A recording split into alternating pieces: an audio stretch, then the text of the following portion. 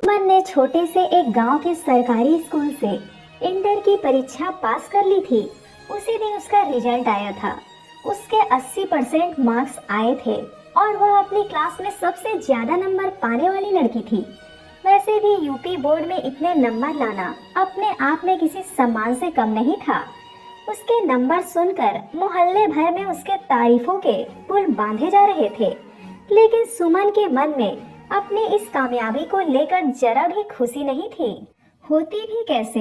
घर वालों ने रिजल्ट आने से पहले ही अपना फैसला उसे सुना दिया था कि उसे आगे की पढ़ाई बंद करनी होगी। उसने पहली बार घर वाले के फैसलों के खिलाफ बगावती तेवर अपनाए थे। उसने कैसे अपने पिता और बड़े भैया से पहली बार ऊंचे स्वर में बात करते हुए कहा था कि वह अपने आगे की पढ़ाई हर हाल में जारी रखेगी। सब उसके आगे पढ़ने के फैसले के खिलाफ थे। वे किसी तरह शायद उसकी आगे की पढ़ाई करने के लिए राजी भी हो जाते, लेकिन उसने दिल्ली जाकर पढ़ाई करने की बात कहकर घर में धमाका कर दिया। अकेली लड़की को दिल्ली शहर भेजने की हिम्मत और उसके लिए पैसों का इंतजाम करने की हैसियत दोनों ही उनमें नहीं थी।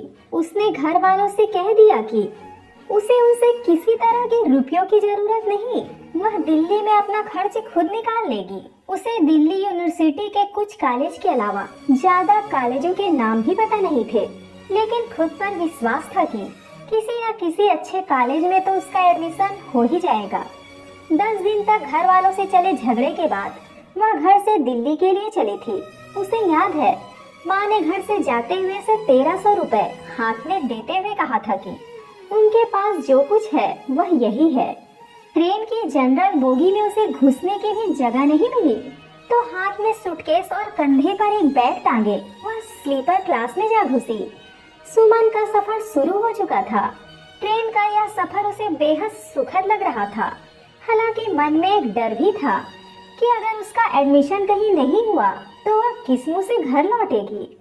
ट्रेन नई दिल्ली रेलवे स्टेशन के प्लेटफॉर्म नंबर 2 पर खड़ी थी। लोगों को ट्रेन से उतरने की जल्दी थी, पर उसे कोई जल्दी नहीं थी। लेकिन फिर भी दरवाजे के पास होने की वजह से वह जल्दी ट्रेन से उतर गई। प्लेटफार्म पर कुलियों और यात्रियों की भीड़ थोड़ी देर बाद छट गई, लेकिन सुमन अब भी प्लेटफार्म पर खड़ी थी। उसके हाथ में लिखा एक कागज का टुकड़ा था जिसमें किसी के मकान का पता लिखा था। यह पता था मनीष भैया का। मनीष भैया उसके मोहल्ले में रहते थे और उसकी सहेली मोनिका के भैया थे। बचपन से ही उसके घर आते जाते रहने की वजह से वह उन्हें मनीष भैया कहती थी। उसके पास माँ के दिए 1300 रुपए थे। 190 रुपए टिकट में खर्च हो गए। 5 रुपए की उसने चाय पी ली थी। अब उसके पास सिर्फ 1105 रुपए बचे थे। उसने स्टेशन से बाहर निकलने की सोची। किसी से पूछा कि मुखर्जी नगर कहाँ पड़ेगा, तो उसने कहा अजमेरी गेट साइड से बाहर निकलकर विश्वविद्यालय जाने वाली मेट्रो ट्रेन ले लेना। उसे पहली बार दिल्ली के बड़ा शहर होने का एहसास हुआ। उसके यहाँ तो स्टेशन के अंदर और बाहर जाने का रास्ता एक ही तरफ है, लेकिन यहाँ तो 2 पूरे अलग अलग इलाके दिल्ली स्टेशन से जुड़े हुए हैं। सुमन ने किसी तरह अपने आप को मेट्रो से जाने के लिए तैयार किया। सुबह के 8 बज चुके थे। उसने मेट्रो में जाने के लिए टोकन ले लिया। उसने जल्दी ही समझ लिया कि उस मशीन को इस नीले टोकन से छू भर लेना है। गेट जैसे ही खुले भागकर उस तरफ हो जाना है, नहीं तो मुश्किल हो सकती है। उसने टोकन छू आया। मशीन का गेट खुलते ही वह इस पार से उस पार चली गई। उसे पता चला कि अंडरग्राउंड जाना है, नीचे से मेट्रो पकड़नी है।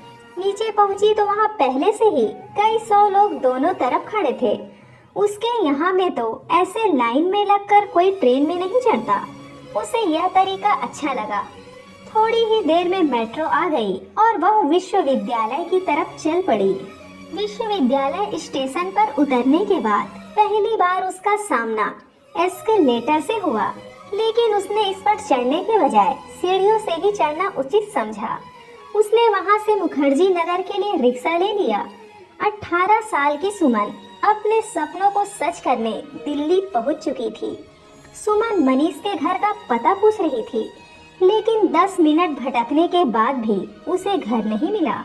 तभी किसी ने उस पर तरस खाकर बता दिया कि गली के पीछे की तरफ बी ब्लॉक है। सुमन वहां पहुंची तो थककर चूर हो चुकी थी। सफर की थकान चेहरे पर हावी थी। रिक्शे वाले को पैसे देकर सुमन सूटकेस और बैग लेकर दरवाजे पर पहुंची। मेन गेट की घंटी बजाई, लेकिन अंदर से कोई निकला नहीं। सुमन थोड़ी देर खड़ी रही, फिर अंदर चली गई। बाहर से ही सीढ़ियां थी। सुमन ऊपर चढ़ गई। सेकंड फ्लोर पर 3 दरवाजे थे। उसे नहीं पता था कि मनीष भैया किसमें रहते हैं। उसने एक दरवाजा खटखटाया, लेकिन कोई आवाज नहीं हुई। काफी देर बाद उसने दूसरा दरवाजा खटखटाया। 3-4 मिनट बाद अंदर से कुछ आहट हुई। उसे कुछ उम्मीद बंधी। दरवाजा खुला। सामने मनीष भैया बनियाइन और बरमूडा पहने खड़े थे। उसे देखकर वे चौंक गए। अरे सुमन! मनोज भैया के मुंह से इतना ही निकला। फिर उन्हें लगा कि सुमन ने शायद उन्हें पहले कभी इस तरह नहीं देखा होगा, इसलिए वे भी थोड़ा शर्मा गए। सुमन को अंदर आने के लिए कहकर वे अंदर चले गए। उन्होंने टी शर्ट पहन ली थी। सुमन से उसके घर का हाल चाल पूछा और फिर उसके यहाँ आने का कारण भी। सुमन ने उन्हें बताया कि उसे दिल्ली यूनिवर्सिटी में एडमिशन लेना है। मनीष भैया ने हौसला बढ़ाने के बजाय उसे बता दिया कि दिल्ली में एडमिशन आसान नहीं होगा। यहाँ मेरिट लिस्ट बहुत हाई जाती है। उसे इन नंबरों पर एडमिशन मिला भी तो किसी सांध्य कॉलेज में मिलेगा। सुमन इसके लिए भी तैयार थी। उसके सिर पर तो एडमिशन की धुन सवार थी। मनीष भैया ने उससे फ्रेश होने के लिए कहा और खुद चाय लेने चले गए। उसने देखा कमरे में रसोई नहीं थी, बाथरूम भी बाहर बालकनी में था। वह नहीं चाहती थी कि मनीष भैया के सामने उसे बाथरूम जाना पड़े।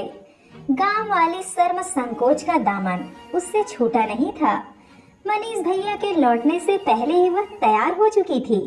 मनीष भैया के साथ उसने चाय पी और मुद्दे पर आ गई। वह एडमिशन की सारी प्रक्रिया के बारे में फौरन जानना चाहती थी। मनीष भैया ने उसे बताया कि एकाएक कॉलेज का फॉर्म ही 1000 से 1200 रुपए का होता है। सुमन समझ गई कि आगे का रास्ता बेहद मुश्किल है। इसके बाद उसने मनीष भैया को अपनी असली स्थिति बताई। वे सुमन को कोई आश्वासन नहीं दे सके। हाँ, उन्होंने सुमन को फौरन जाने को भी नहीं कहा। मनीष भैया से इस बारे में वह कोई बात नहीं कर सकी। उसने कुछ कहा नहीं और उन्होंने कुछ पूछा नहीं। मनीष भैया ने टिफिन वाले को फोन कर दिया। दोपहर में करीब 12:30 बजे टिफिन वाला 2 टिफिन दे गया। उसने किसी तरह अपना पूरा टिफिन खाली कर दिया। मनीष भैया पढ़ रहे थे। उन्होंने वही टिफिन 3 बजे खाया।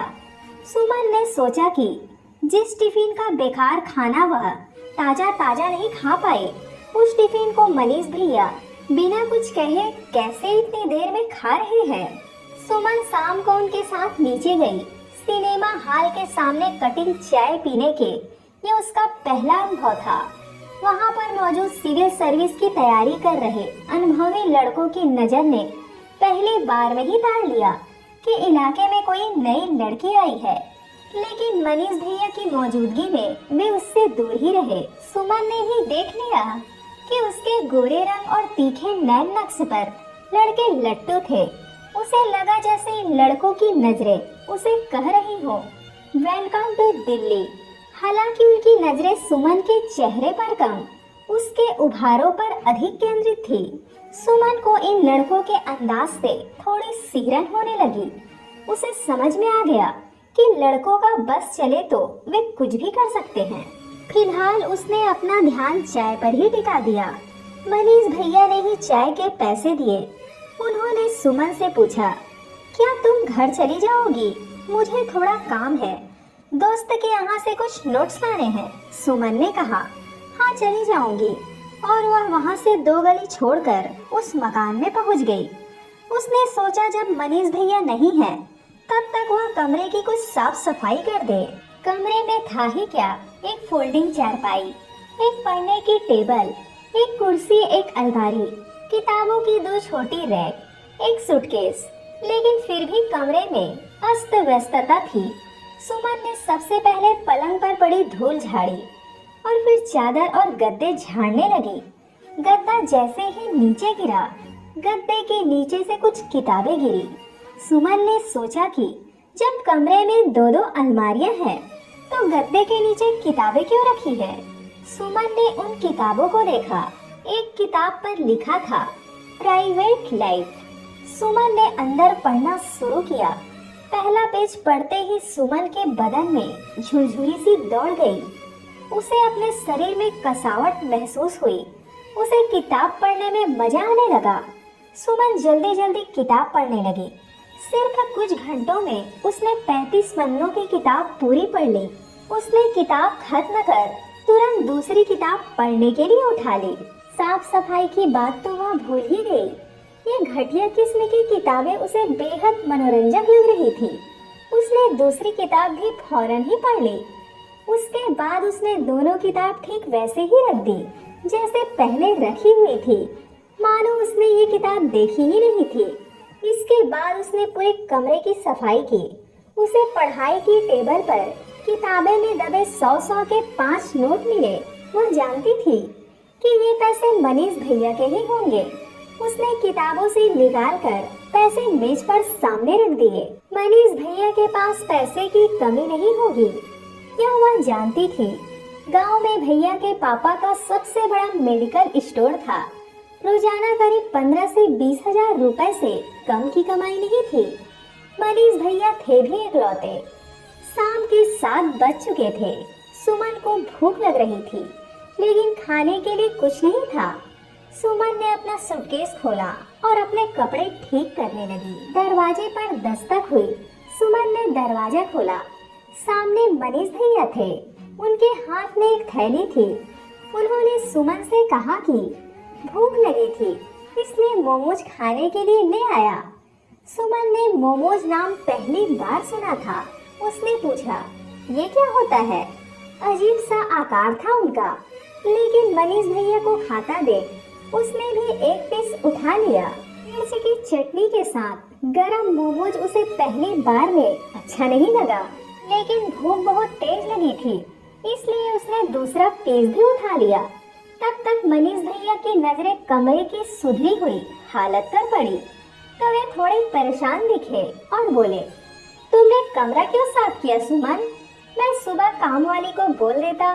कोई बात नहीं भैया, मैं खाली ही तो बैठी थी, सुमन बोली। मनीष भैया ने उसके पास आकर उसे थैंक यू कहा। उनके हाथ उसके सिर से पीठ और फिर कमर तक फिसलते चले गए। इतने लंबे थैंक यू की शायद सुमन को उम्मीद नहीं थी, लेकिन उसे इसका बुरा भी नहीं लगा। उसने उठते हुए कहा, मनीष भैया, आप किताब में 500 रुपए रखकर भूल गए थे। मैंने रुपये मेज पर रखे हुए हैं। मनीष ने रुपए उठाकर जेब में रख लिए। सुमन ने उससे पूछा कि क्या एडमिशन के लिए वे कुछ कर सकते हैं? मनीष भैया ने कहा, सुमन, यहाँ गांव जैसा नहीं होता, यहाँ बहुत मुश्किल है एडमिशन होना। हाँ, तुम जब तक चाहो यहाँ रहो। सुमन का चेहरा बुझ सा गया। उसकी आंखों से टप टप आंसू गिरने लगे। तभी मनीष भैया उसके पास आए और उसका चेहरा उठाया। आंसू पोंछते ही वह अचानक मनीष भैया के गले लग गई। वह सुमन के इस अंदाज से थोड़ा संकोच में पड़ गए, लेकिन उन्होंने सुमन को हटाया नहीं। सुमन को अपनी पीठ पर मनीष भैया के हाथ की कसावट महसूस होने लगी। मनीष के हाथ उसकी पूरी पीठ पर रेंग रहे थे। उसे यह सब समझ में आ गया कि मनीष भैया का यह स्पर्श कुछ और ही खोज रहा है, लेकिन उसे यह स्पर्श अच्छा लग रहा था। धीरे धीरे मनीष भैया के हाथ उसकी पीठ से उसके गालों पर आ गए। उन्होंने सुमन के आंसू पोंछे। सुमन ने कुछ नहीं कहा। मनीष भैया को डर था कि वह ना जाने कैसा बर्ताव करेगी। सुमन को जैसे कुछ समझ ही नहीं आ रहा था। वह मनीष भैया के गले ही लगी हुई थी। करीब 5 मिनट तक दोनों गले लगे रहे। इस दौरान मनीष भैया ने उसकी पीठ, सिर और गालों पर जमकर हाथ आजमाए। उन्होंने सुमन से पूछा कि उसे बुरा तो नहीं लगा। उसने बिना कुछ बोले सिर हिलाकर जवाब दिया, नहीं। मनीष भैया ने इस बार सुमन के गालों पर अपने होठ रख दिए। सुमन उम्र के उस दौर से गुजर रही थी जहां विपरीत लिंग के प्रति आकर्षण अपने चरम पर होता है। सुमन मनीष दोनों भी शायद ऐसे ही आकर्षण के वशीभूत थे। कब सुमन अपना सब कुछ मनीष भैया को सौंप बैठी, उसे पता ही नहीं लगा। मनीष भैया काफी देर तक उसके जिस्म से खेलते रहे, उसके हर अंग पर अपना अधिकार जमाते रहे। सुमन को मनीष भैया का ये अंदाज भी अच्छा लग रहा था और अंदर ही अंदर इस बात का डर भी था कि कहीं वह कुछ गलत तो नहीं कर रही है। हालांकि सही गलत की सोच पर शायद उस वक्त का अनुमान ज्यादा भारी था। न जाने कब मनीष भैया इन 10 मिनटों में मनीष भैया से मनीष बन गए, उसे पता ही नहीं चला। सुमन कब सुमन से सुमी बन गई, इसकी जानकारी भी उसे नहीं हुई। 10 मिनट बाद जब दोनों शांत हुए तो दोनों को होश आया। सुमन को समझ नहीं आया कि कहाँ जाकर गड़ जाए। मनीष अब क्षणिक आवेग से बाहर निकल चुका था, लेकिन पिछले 10 मिनट में ये कमरा बदल चुका था। रात हो रही थी। मनीष और सुधा ने एक दूसरे से कोई बात नहीं की। शायद आत्मग्लानि कम, संकोच ज्यादा था। मनीष ने टिफिन वाले को फोन कर दिया था। काफी समय पहले ही टिफिन आ चुका था। दोनों को भूख लगी थी। मनीष ने ही सुमन से कहा, सुमन खाना खा लो। सुमन ने उनका टिफिन भी पकड़ा दिया। दोनों ने खाना खाया, लेकिन कोई बात नहीं हुई। सुमन को अब इस बात की चिंता सताने लगी कि रात हो चुकी है, वे सोएंगे कहाँ। एक बार जो गलती हो चुकी है, सुमन उसे दोहराना नहीं चाहती थी। मनीष सुमन के मन की बात समझ गया। उसने सुमन से कहा, तुम पलंग पर सो जाना, मैं नीचे सो जाऊंगा। सुमन रात भर की थकी हुई थी। उसने मनीष से कहा वह नीचे सो जाएगी, लेकिन मनीष ने अपना बिस्तर नीचे बिछा लिया। बिस्तर क्या था, दरी और उसके ऊपर चादर, गद्दा उसने पलंग पर सुमन के लिए छोड़ दिया। सुमन पलंग पर लेटते ही नींद के आगोश में चली गई, लेकिन मनीष की आंखों से नींद कोसों दूर थी। शाम को जो कुछ हुआ उसे बार बार वही याद आ रहा था। सुमन के जिस्म की खुशबू अब भी मनीष के दिलो दिमाग पर छाई हुई थी। उसने सुमन की तरफ एक नजर देखा। सुमन गहरी नींद में सो रही थी। उसका पूरा सौंदर्य जैसे निमंत्रण दे रहा हो। मनीष काफी देर तक सुमन को देखता ही रहा, लेकिन हिम्मत नहीं हुई कि सुमन के पास जाए। हालांकि शाम को सुमन ने जब कुछ नहीं कहा तो मनीष को जरूर हौसला मिला था। मनीष से रहा नहीं गया। वह ऊपर जाकर उसी फोल्डिंग पर लेट गया जिस पर सुमन सो रही थी। सुमन बेफिक्र नींद में सो रही थी। मनीष की नजरें सुमन के जिस्म पर फिसलती जा रही थी। मनीष ने धीरे से सुमन के ऊपर अपना हाथ रखा। मनीष का हाथ कब सुमन के शरीर के अंगों की पैमाइश करने लगा, पता ही नहीं चला। अचानक सुमन को दम घुटता सा महसूस हुआ। वह हड़बड़ाकर जागी तो देखा मनीष उस पर झुका हुआ था और इसके सांसों की गर्माहट सुमन की सांसों में मिल रही थी। सुमन ने उसे हटाने की कोशिश की, लेकिन मनीष ने उसकी एक न सुनी। मनीष उसके शरीर से खेल रहा था और यह भी कहता जा रहा था कि उसके यहाँ रहने का पूरा खर्च वह उठाएगा, उसका एडमिशन भी यहाँ हो जाएगा। सुमन को लगा जैसे मनीष उसकी मजबूरी का फायदा उठा रहा है, लेकिन वह उसे ऐसा क्यों करने दे रही है, उसे खुद भी मालूम न था। अब तक जो सुमन उसे रोक रही थी, वह भी मनीष का साथ देने लगी। उस रात के बाद कब उसी तरह पलंग पर एक होकर सो गए, उन्हें पता ही नहीं चला।